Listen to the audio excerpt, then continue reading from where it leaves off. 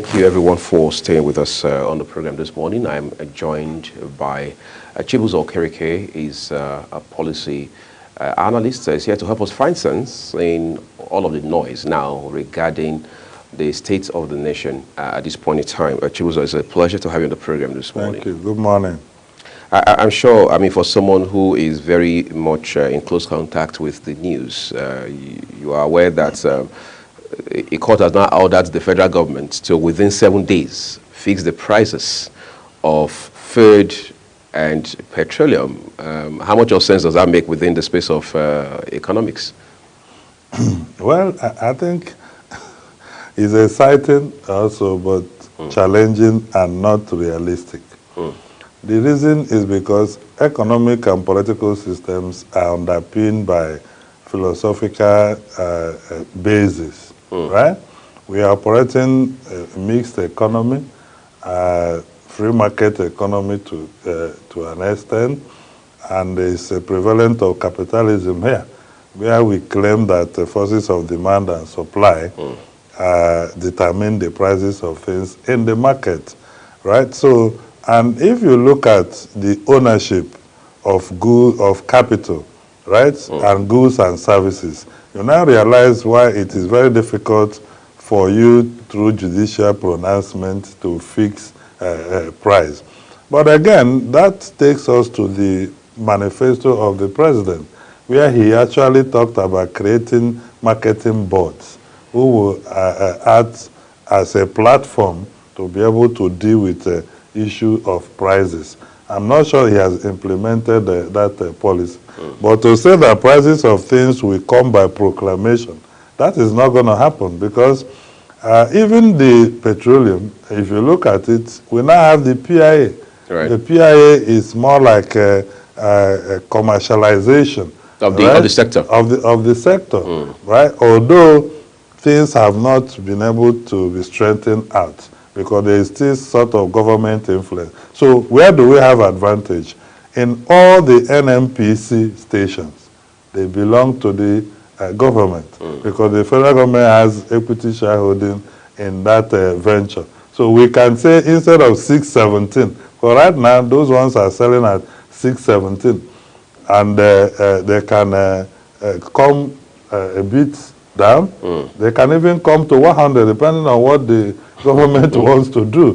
But whether that will be able to net off the issue of costs, landing costs, and the running costs for that, we are not, able to tell. But if you talk about prices of yam, tomato, and what, there's a whole lot of variables and factors that, in fact, even the justice that may have, or the judge who delivered that, if his car got spoiled this morning, he will not be able to determine the price he will pay, the transport fare he will pay to get to the office.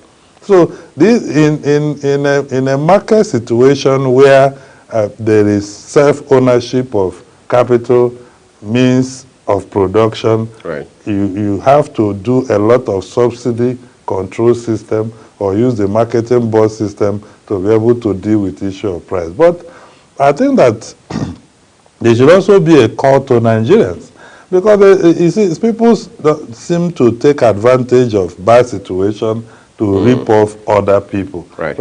Nobody, everybody, even down to the villages, are talking about dollars, even when from their point of production to finishing to market, right? Everything around it did not have any means of variable that imparts on dollar exchanges. And the person decided that the price will be so because he or she heard that in these times, right, there is dollar exchange rate disparity, and therefore it affects everything that we do, even in the rural areas. And that is the kind of enlightenment and education we need to have. Maybe that is what the judge is referring to, on how we can stem and control the way and manner individuals on their own just hike prices. And also, this is the time we will look at whether the unions are functioning effectively. Right. You've got the boat is a company. You've got the If you talk about YAM, you have association. Even Keke riders have association. Transport union, they are there.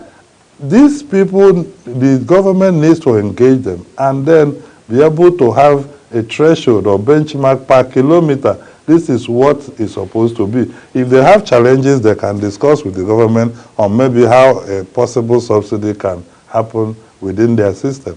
We've seen pockets of protests in recent times, whether it's Niger State or Kano State. Of course, as is always the case, the ruling APC is now saying it's the opposition that's sponsoring those protests. But for people who are on the ground, on the street every other day, it is very clear that Nigeria is not in the best place right now, right? How do we begin to re-engineer, if you like, recalibrate our system in such a way that we can have a mechanism that regulates prices? Because people just wake up. I mean, you have 4 shops side by side, I mean, in a row, for example, and they are selling a tin of milk for 4 different prices. And people who have not lived in Nigeria for many years see that as absurd. But again, that's the reality we have back at home. What must be done? Because you just mentioned the association of these, union of that, and so on and so forth. Now, how do we create a regulatory framework around all of these issues that really works? Well, first, it's unfortunate. I heard in Niger yesterday, the governor had banned bulk purchases of food items from outsiders. So before now, it's a source of local economy for them. So people bring in money and then capital and take on goods and services, especially farm produce from Niger into other places where they are needed.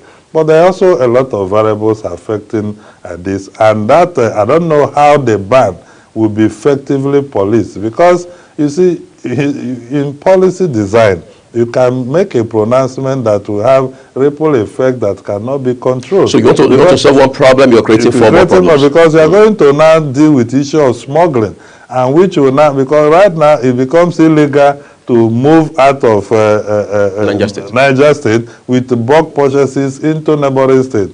What have you done? You're going to create room for smugglers to now find other routes. And when smuggling comes to play, what is going to happen is that prices of movement will skyrocket, and that will be transferred to the final consumer.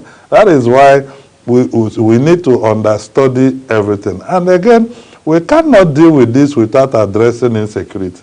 For many years, our farmers have complained that they can no longer farm, they can no longer have access to their farms, they are afraid to go to the farms, and we didn't do much to police the ungoverned spaces within the country. And that is what we are seeing. And don't forget the hands of the metropolitan states, who don't also want us to farm, but they want us to import, knowing that we have a huge population, which already define that this is a huge market. Every country wants to survive and live off another person. This is the truth. There is no country that is looking out for another country in that strict sense. Even when you do democracy support, is for a purpose that we do. And this is what we have to know and clearly deal with. Secondly is that we cannot be governing in the same old administrative architecture.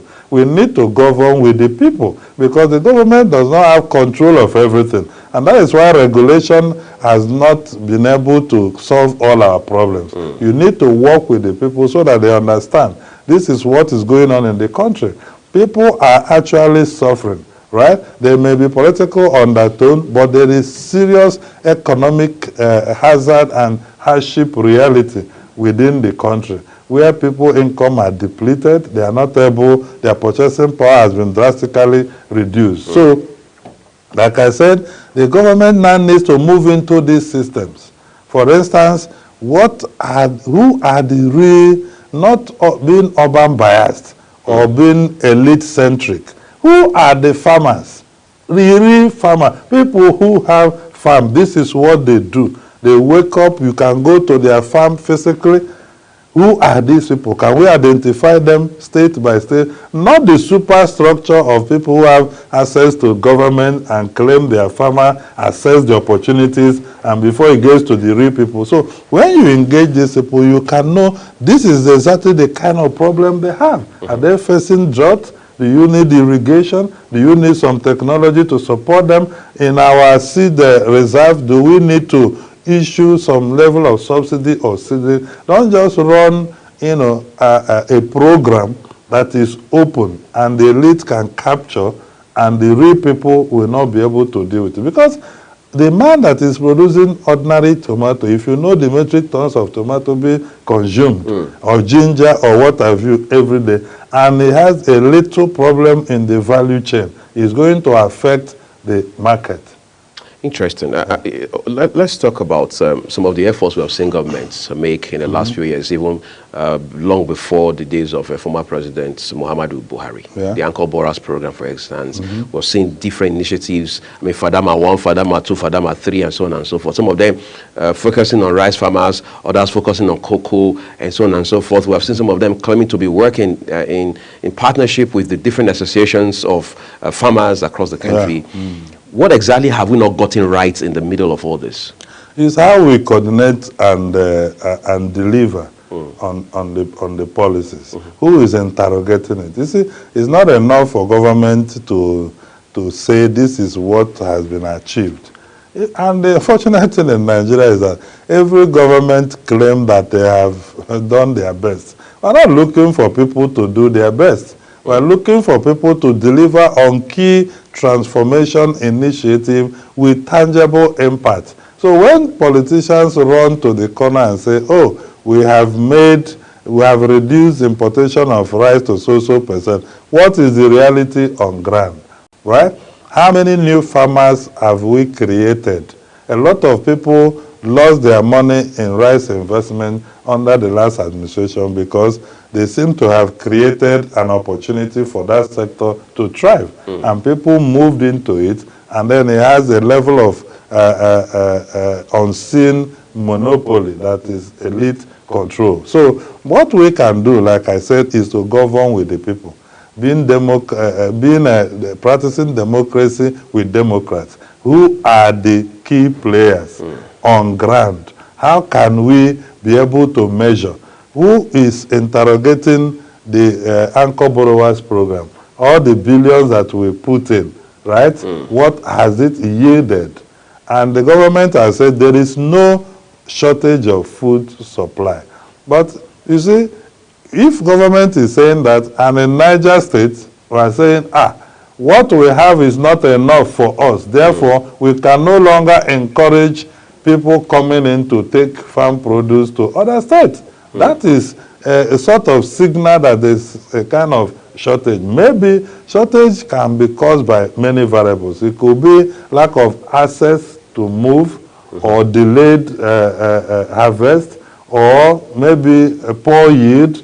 You understand? It may not necessarily be that we are now in a state of penury, where people cannot afford. So food may also be available, but people cannot afford it. That is a form of shortage, because what you could do with 500 naira before, and your income level is very low, is now 5,000. So you are cut off completely. And people, maybe that initiative in Niger is sort of, if we are not taking out this, because our people have low income, and the people who have high income comes to take away this, thereby causing shortage. So if we retain this, definitely when there is high supply, all right, price will drop, because if supply surpasses demand level, price will automatically supply, because a few more people are now chasing a lot of goods in the market. So I think that the government should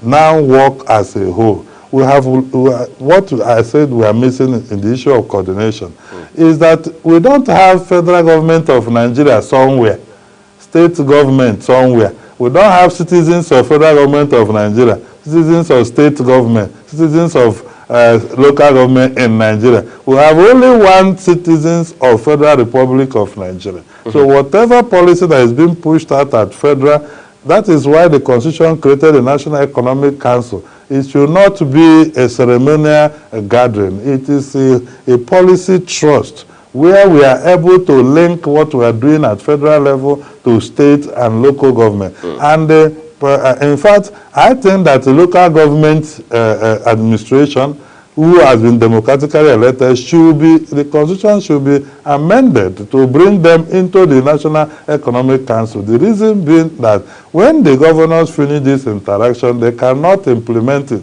because they are all in the state capital. It will be implemented at the farms that are in the local government level. So if insecurity is a challenge, the traditional rulers and local government people understand the dynamics and character of that insecurity, other than somebody who sits as an executive and only receive a brief. And for Christ's sake, if something goes wrong, your brief can be doctored for other patronage reasons. And we have seen that happen. So let us work as a federal government of Nigeria, bringing everybody at the three levels, the table, and say, this is how we could name. This is what forget about which party is in the state, which is the problem. The issue of elite consensus of how do we solve one problem that is governance-centric and how are we managing our political differences is the issue. So everybody, if a kidnapped victim is rescued, somebody wants to say, I am the one.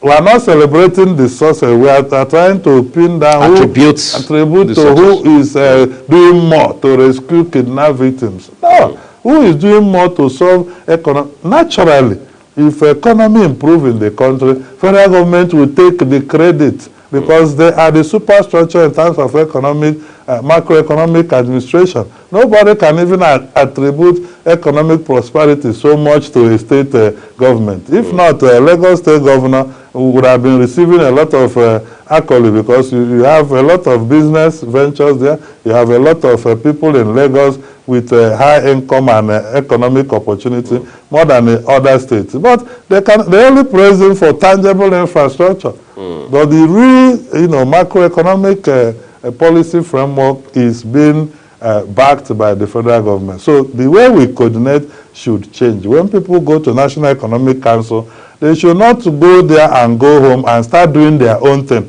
They should go back home and know that this structure or platform brought us together to prosper our country. Interesting. Nigeria has been, quite frankly, impacted very adversely on many levels, especially as part of the aftermath of the removal of fuel subsidy, which is another conversation altogether. But I'm also sure you are aware of, you follow the trajectory, how the Naira has continually in the last few weeks been weakened against the US dollar. More embarrassing is even the price at the official markets and all that. As of today, we understand that the CBN governor has blamed it largely on the fact that most Nigerians travel abroad for medicals, education, other trips, and so on and so forth. And we're also now hearing that there are private universities in Nigeria that bill for tuition in dollar. Are those the real causes of the problem? Well, a number of variables can cause this, and he has mentioned a few. And whatever he has mentioned can be summed up into what we call appetite, the character of economic appetite in the country, right? And I hear when people say, oh, we are not producing. If you produce, you have to really understand economic philosophies and systems. In a capitalist economy, survival of the fittest, right? It is operated by control of means of production. So if somebody who has a multi-billion naira industry or whatever the person is, and he wants to go abroad for treatment, we've been going abroad since the pre-independence era. People have been traveling abroad. So what has changed is the acculturation of our economic appetite, where on our own we have ascribed superiority of quality to things that are abroad, things that are coming from abroad. We don't believe in any level of quality in the things that so I'd rather be treated for malaria in Europe than in Abuja. In fact, some of them is even chartered aircraft that will take them for migraine. But how do you blame the person when he's even afraid that if he goes to a hospital that can treat him properly, that there may not be enough ethical code, that if he's a politically exposed person, they could even inject him to die. So he has fear beyond the issue of quality of health, quality of the health service. He also has the other concerns. issues. And also in Nigeria, it's a situation where if you're sick, it's as if you have committed a sin. So you don't even want the kind of sickness you have to be disclosed. If you have a king like King Charles in Nigeria, nobody will tell you that he has cancer because it's like you are sentenced to death. So there is also that exposure, that level of awareness of what they... So people have concern for many things. But how do we now build confidence back? We have to do it by where we have control. If you are a public officer in Nigeria, your child cannot study abroad until you finish your public service.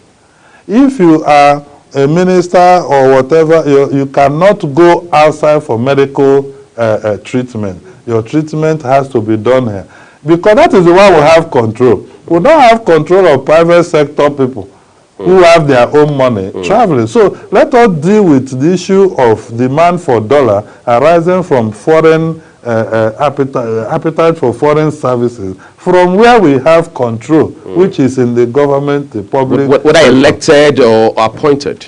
Elected or appointed, except, you know, there is evidence to the contrary on why that case must be outside the country. I think somebody, Honorable Sedgwick, proposed that bill in the 9th Assembly for the issue of education. So that is key. Now, do you blame the big schools in Nigeria that are charging in dollars? Because they have foreigners in those schools. They have expatriates whose children are in most of those schools. Even there are schools in Nigeria owned by diplomatic bodies where their children go to, that our own people too, who are working there or who feel that is the best place to go to, they send their children there. They pay in dollars, because if they collect in naira, they will not be able to pay for the services of their teachers or what have you. So it's for us to look at how we regulate. Are we actually regulating on the field? Are we regulating from the paper and in our office? So we have to control our appetite, but we can do that from the public sector perspective. So that, because every place in the world, even as you try to get produce and earn more, which is what everybody is saying. Now, when you talk about produce and earning more dollar, have you considered that when you start making progress in that light, what is going to happen to the country of destination where you're exporting to? How that the balance of payment that was deficit against us is now almost becoming favorable for us. Are they going to sit and watch you? Geopolitics and geoeconomics in today's world is other people who are powerful trying to use the less powerful ones to survive. That is why you have all the division, global north, global south. Who is dividing us in that manner? Because there is a policy, environment, character, and economic disposition that is different from one another, an aspiration, one of dominance, one of survival, and what have you. So that is the issue. They have the responsibility to reduce appetite for dollars from the public sector perspective, where they have control. If you do that, it's going to invariably impact the private sector. And maybe we could, because right now the demand for it is too much. People are even holding it as the major store of value. As if it were good. In the country, yes. Absolutely. So anybody you talk now wants to make his naira become dollars. So even if you want to change your naira to your dollar to naira, and I tell you it's 1,200, you will become angry. You will say you thought it's 1,500 because you want to earn more. So you are excited when your dollar gives you more naira, without knowing that that is a proclamation of weakness of your own currency and economy. For which you will pay a price. For which you pay a price. Let's talk about the state of emergency that has now been declared by the president, particularly on food security. Is that just a way of grandstanding politically, or is there some bite in it?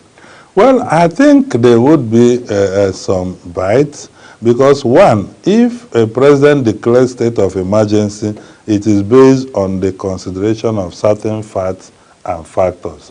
But what, like I will also say, is how we implement. Everybody calls on the president to declare state of emergency for everything. I'm thinking that the pronouncement means fixing the problem. The pronouncement is the takeoff of the chain of actions that will be undertaken to fix the issue.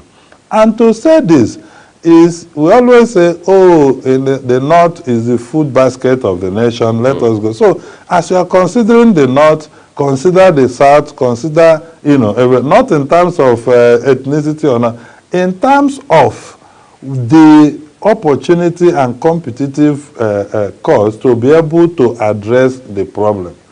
If we look at, who has looked at our seedlings reserve, what do we have there? Who has responded to issues of damages? Are we accountable to our seedling reserves? How much have we been budgeting? What is their capacity? Have they moved from analog to technology? These are the issues. Where is their structure located? If you go there, can you even enter and access anything? These are the issues that we have. And every day people are dumping things here that are genetically modified. And as you embrace seedless orange, seedless grape, seedless this, that you could not cultivate here, that were outrightly imported. As we embrace going to the mall to purchase things that are imported into the country, abandoning the market, you are inflicting pains on the economy. So no matter the amount of state of emergency that has been declared, the attitudinal change is critical. We'll have to realize that we are in a global economic war. They are not seeing guns, but policies and actions are being undertaken by the global North to dominate the South. And if you come to the South Africa, for instance, Nigeria is a major country that must be conquered. Because we have the market. To dump those things, we consume them, we pay, and the money is repatriated. In the last few months, we've seen the federal government, under the leadership of President Bola Tinubu, borrow very significantly, to put it mildly, in the midst of all of these challenges that we're dealing with. Are we being penny wise, pound foolish? Well, you see, in the state of economy that we saw reports, you saw how the National Assembly ratified and securitized the 23 trillion ways and means. So we have, one governor said at the time that we were printing money without being backed up by any value, and everything was politicized, and it was told off. So the president may have inherited a very bad economy. But also the president demonstrated in terms of words and composure that he is going to hit the ground running. And nobody should pity him, that this is a job he asked for. And he's exposed, he's intelligent, he has played internationally and locally. So I think that this is the time. He must not allow himself to be converted to an administrative president. That is why we have commander-in-chief. Because what happens in Nigeria is your desk is filled with all kinds of papers to sign. We have to go and conduct one ceremony, flag off this. Presidents don't need those things these days. You need to work hard. You need to look at, because when subsidy was being removed, they needed fund to cushion the effect over time. So he could have his reason for the kind of borrowing that he has done, but most importantly is to be accountable to Nigerians. How have you applied those resources? Where was it applied to? What are we expected from the places those monies have been applied for? I can tell you by my own privilege access to information that we have a lot of loans that will be maturing in the next 2, 3, 4 to 2030, like in hundreds of millions of dollars from China Exim Bank and other sources. And the huge interest and management fee we are paying is much, whether it's on railway modernization and all that. And if we don't meet up by making budgetary provision to pay our counterpart, it's going to double. And then a lot of assets were pledged for those things. So I think that the president even needs to have a retreat with the DMO to be able to, not what those things that are being said on paper, let him know what is our obligation every year in terms of loans. You have seen in the last administration 95% going for debt servicing. Those are obligations that if you don't do it, the penalty will be worse than the amount you're using to service debt. So it's better you even pay. It's better you pay. So if you have a way of going to renegotiate the terms of those loans and even look at critically the basis for which they were obtained, are there some level of infraction or infringement, so that you have grounds to even engage. The promises that were made when some of the modernization loan were taken, has it been met? The NICOMSAT project of telephony project that we took hundreds of millions of dollars to implement, is it working? But the reports were written that those things are okay. And we are repaying those loans now. The Galaxy Backbone project. Right. So I want the president to go into the system. We should not just be saying, oh, our debt servicing is this. We should be able to know which debt we are servicing, what was supposed to be done with those loans, were they done as stipulated in the rule book, so that we can even engage.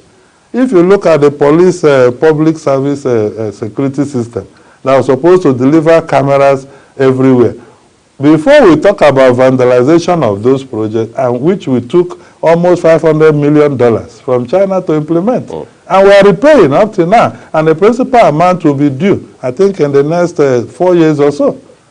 So we are even going. We are not getting value for it. Well, there is no value anywhere. It's not even working.